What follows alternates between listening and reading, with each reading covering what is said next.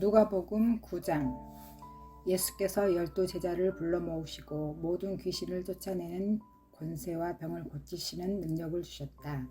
그리고 하나님의 나라가 온 것을 사방에 알리고 병자를 고치라고 그들을 내보내시며 이렇게 이르셨다. 아무것도 가지고 가지 말라. 지팡이도 돈 주머니도 양식도 돈도 여벌옷도 가지고 가지 말라. 어느 동네에 가든지 한 집에서만 머물라. 너희가 그 동네에 들어갔을 때 그 동네 사람들이 너희가 전하는 말을 듣지 않거든 그것을 떠나라. 떠나면서 그들을 경고하는 표로 너희의 발의 먼지를 떨어버려라.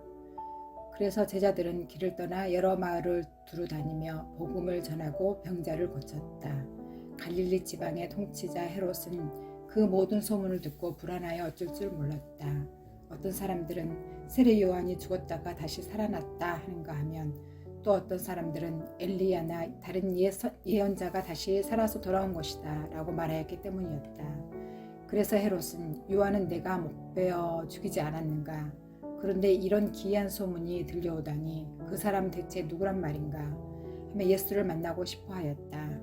제자들이 돌아와 자기들이 행한 일을 예수께 모두 보고하였다. 예수께서는 따로 그들을 데리고 벳세다라는 마을로 떠나셨다. 그러나 예수께서 떠나신 것을 안 군중들이 곧 뒤따라왔다. 예수께서는 그들을 따뜻이 맞아 하나님 나라에 대해서 가르쳐 주시고 병든 사람들도 고쳐주셨다. 저녁때가 되자 12제자가 예수께 와서 말하였다. 사람들을 가까운 마을이나 농가로 내려가게 해서 각자 잠잘 곳과 먹을 것을 찾게 해야겠습니다. 여기는 외진 벌판이니 말입니다. 그러자 예수께서 너희가 그들에게 먹을 것을 주어라 라고 말씀하셨다. 제자들이 대답하였다. 저희에게는 떡 5덩어리와 물고기 2마리밖에 없습니다. 어디 가서 이 많은 군중이 먹을 것을 사오라고 하십니까? 거기에는 남자만 해도 5,000명 가량이나 있었다. 예수께서 사람들을 50명씩 때를 지어 앉게 하라고 말씀하시자 제자들이 그렇게 하였다. 예수께서는 떡 5덩이와 물고기 2마리를 들고 하늘을 우러러 기도하신 후에 그것을 떼어 제자들에게 주며 군중들에게 나누어 주게 하셨다. 그래서 모두 배불리 먹고 남은 음식이 12강줄이나 되었다. 어느 날 예수께서는 혼자 기도하시다가 가까이 있는 제자들에게 사람들이 나를 누구라 하느냐고 물으셨다. 그들이 대답하였다. 세례 요한이라고 합니다. 그러나 또 어떤 이는 엘리야라고도 하고 다른 예언자가 죽었다가 다시 살아났다고 하는 사람들도 있습니다. 그러자 예수께서 다시 물으셨다. 너희는 나를 누구라고 생각하느냐? 베드로가 하나님께서 보내신 그리스도이십니다 라고 대답하였다. 예수께서는 이 말을 아무에게도 하지 말라고 제자들에게 엄하게 이르시고 인자는 많은 고난을 겪고 유대 지도자들인 장로들과 대제사장들과 율법학자들에게 배척을 받아 죽임을 당할 것이다. 그러나 사흘 만에 다시 살아날 것이다 하고 말씀하셨다. 그러고 나서 모든 사람에게 이렇게 말씀하셨다. 누구든지 나를 따라오려거든 욕망과 평안한 것을 다 버리고 날마다 자기 십자가를 지고 나를 따르라. 누구든지 나를 위해 목숨을 버리는 사람은 구원을 받을 것이지만 자기 목숨을 보존하는 사람은 잃을 것이다. 사람이 온 세상을 다 얻는다 해도 자기 목숨을 잃어버리거나 망친다면 무슨 유익이 있겠느냐.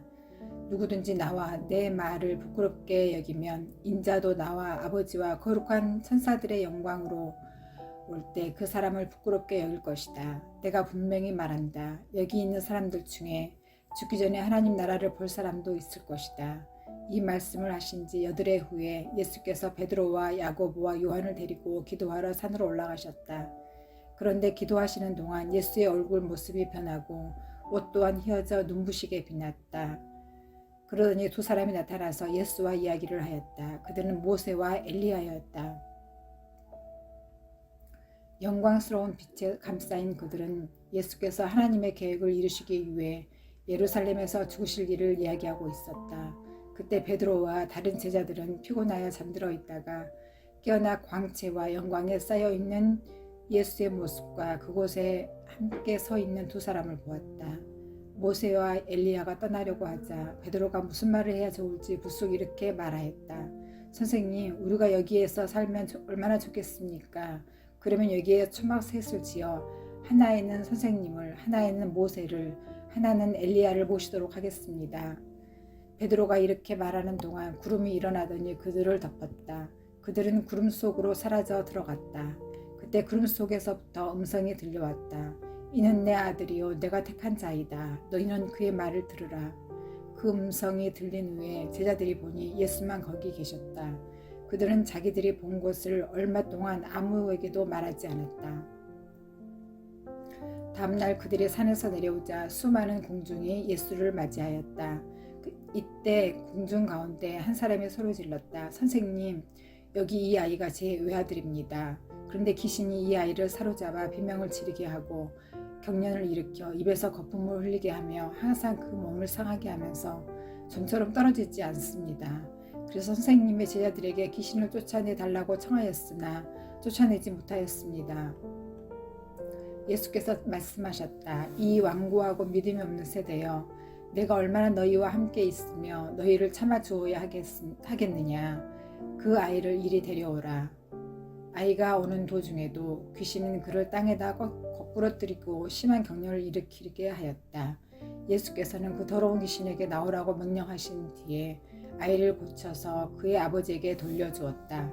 사람들은 하나님의 위대한 능력을 보고 놀라며 두려워하였다. 예수께서 하신 모든 놀라운 일들을 보고 사람들이 감탄하고 있을 때 예수께서 제자들에게 내 말을 듣고 잘 기억하라. 나 인자는 사람들의 손에 넘어가게 될 것이다 라고 말씀하셨다. 그러나 제자들은 그 말씀의 뜻을 깨닫지 못하였다. 그들의 마음이 닫혀져 있었기 때문이다. 그들의 그 일에 대해 묻기조차 두려워하였다. 제자들 사이에서 누가 자기들 중에 제일 높으냐 하는 것을 말다툼이 벌어졌다. 예수께서 그들의 생각을 아시고 어린아이 하나를 곁에 세우신 뒤 제자들에게 말씀하셨다. 누구든지 내 이름으로 이런 어린아이를 영접하면 나를 영접하는 것이요, 누구든지 나를 영접하면 나를 보내신 하나님을 영접하는 것이다. 너희 가운데 가장 낮은 사람이 가장 높은 사람이다. 제자 요한이 예수께 와서 말하였다. 선생님, 우리를 따르지도 않는 어떤 사람이 선생님의 이름으로 귀신을 쫓아내고 있기에 저희가 못하게 막았습니다. 예수께서 말씀하셨다. 그렇게 하지 말아라. 누구든지 너희를 반대하지 않는 사람이 너희 편이다. 예수께서 하늘로 올라가실 때가 가까워지자 예루살렘으로 가기로 마음을 정하셨다. 예수께서는 사마리아 동네에 방을 구하러 미리 심부름꾼을 보내셨다. 그러나 그들은 그냥 돌아왔다. 예수께서 예루살렘으로 가신다는 말을 듣고 그 마을 사람들이 일행들을 맞아들이지 않겠다고 거절하였기 때문이다. 이 말을 듣고 야고보와 요한이 예수께 말하였다. 선생님, 저희가 하늘에서 불을 내리게 하여 그들을 태워버릴까요? 그러자 예수께서는 그들을 꾸짖으시며 다른 마을로 가셨다. 그들이 길을 가고 있을 때 한 사람이 예수께 와서 말하였다. 선생님이 가시는 곳이면 어디든지 저도 따라가겠습니다. 예수께서 대답하셨다. 나는 내 머리를 누일 곳이 없다. 여우도 들어가 살 굴이 있고 새들도 보금자리가 있으나 나 인자는 이 땅에서 편히 쉴 집이 없구나. 예수께서 또 한 사람에게 나를 따르라고 말씀하시자 그는 가서 먼저 제 아버지의 장례를 치르게 해주십시오라고 말하였다. 예수께서 말씀하셨다. 영원한 생명이 아닌 세상 일에만 관심을 가진 사람들에게 그 일을 맡기고 너는 하늘나라가 온 곳을 온 세상에 전파하라. 또 다른 사람이 말하였다. 주님, 저는 주님을 따르겠습니다.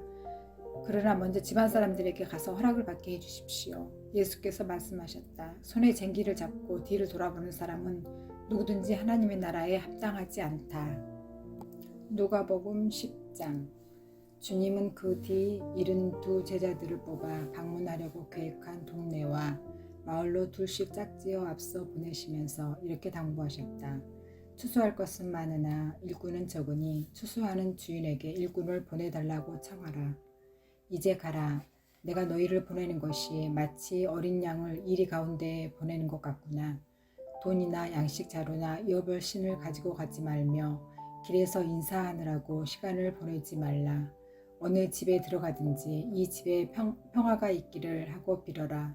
만일 그 집 사람이 내가 빈 평화를 받을 만한 사람이라면 그 평화가 그에게 내릴 것이고 그렇지 못하면 너희에게로 되돌아올 것이다. 너희가 어느 마을에 들어가거든 이 집 저 집 옮기지 말고 한 집에서 머무르라. 주인이 주는 것을 먹고 마시며 그가 베푼 호의를 기쁘게 받아들여라. 일꾼이 자기의 품삯을 받는 것은 마땅하다. 어느 동네에 들어가든지 사람들이 너희를 환영하거든 이 두 가지 규칙을 지켜라. 첫째로 너희 앞에 차려놓은 것은 무엇이나 먹고, 둘째로 병자를 고쳐주며 하나님 나라가 가까이 왔다는 말을 전하여라. 그러나 어느 동네에 들어가든지 사람들이 너희를 거절하거든 거리로 나와서 이렇게 말하라. 우리 발에 묻은 너희 동네의 먼지를 여기 떨어버린다. 그러나 하나님 나라가 가까이 왔다는 사실을 명심하라. 심판 날에는 소돔이 이런 동네보다 견디기 쉬울 것이다. 어떤 사람이 어떤 심판이 너를 기다리고 있는 줄 알기나 하느냐. 너 고라신과 벳세다야, 내가 너희에게 베푼 기적들을 두로와 시돈에게 베풀었더라면 그 도시 사람들은 벌써 오래전에 베옷을 입고 죄를 쓰고 앉아서 깊이 회개하였을 것이다. 그러니 심판 날에는 두로와 시돈이 너희보다 오히려 가벼운 형벌을 받을 것이다. 너 가버나움아, 내가 너희들의 죄를 이루 다 어떻게 말하랴. 너희가 하늘에 올라갈 때 싶으냐. 어림도 없다. 지옥으로 떨어질 것이다.